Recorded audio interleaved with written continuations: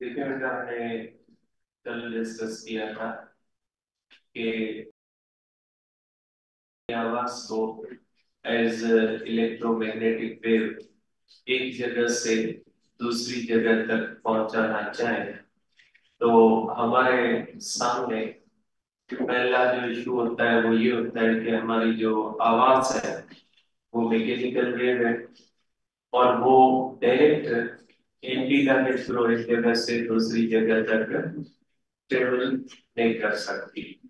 इस मकसद के लिए हम क्या करते हैं कि हम अपनी आवाज की ट्रांसलेशन करते हैं। और ट्रांसलेशन का मतलब होता है कि हम अपनी आवाज जो मैकेनिकल वेव है उसको इलेक्ट्रोमैग्नेटिक वेव के अंदर कन्वर्ट करते हैं।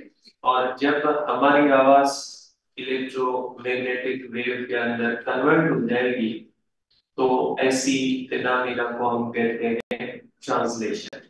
और जो ट्रांसलेशन होती है वो हमेशा with the help of transducer होती है।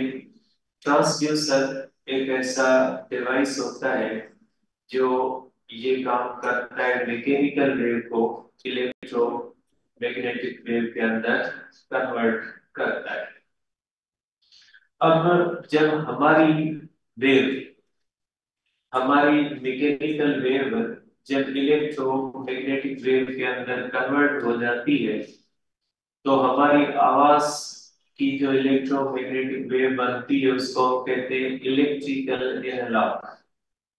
इलेक्ट्रिकल एनालॉग का मकसद है हमारी साउंड की जो इलेक्ट्रोमैग्नेटिक वेव बनती है उसको हम कहते हैं इलेक्ट्रिकल एनालॉग।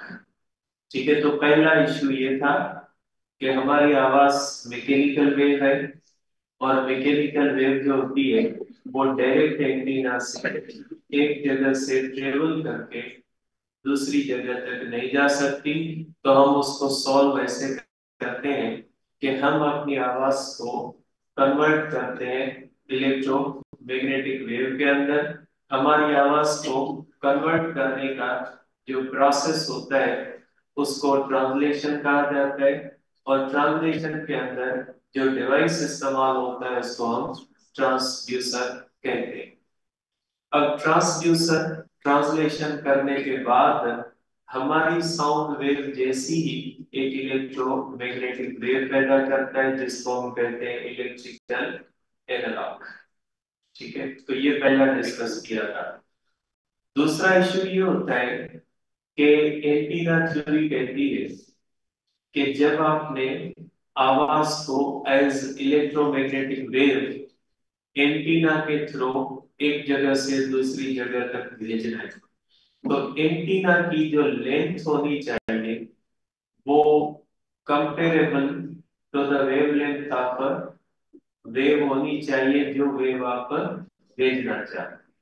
अब यहाँ पे एक प्रॉब्लम हमने डिस्कस किया था वहीं से मैं आगे कंटिन्यू करता हूँ। तो आप कह सकते हैं कि according to the antenna theory, according to according to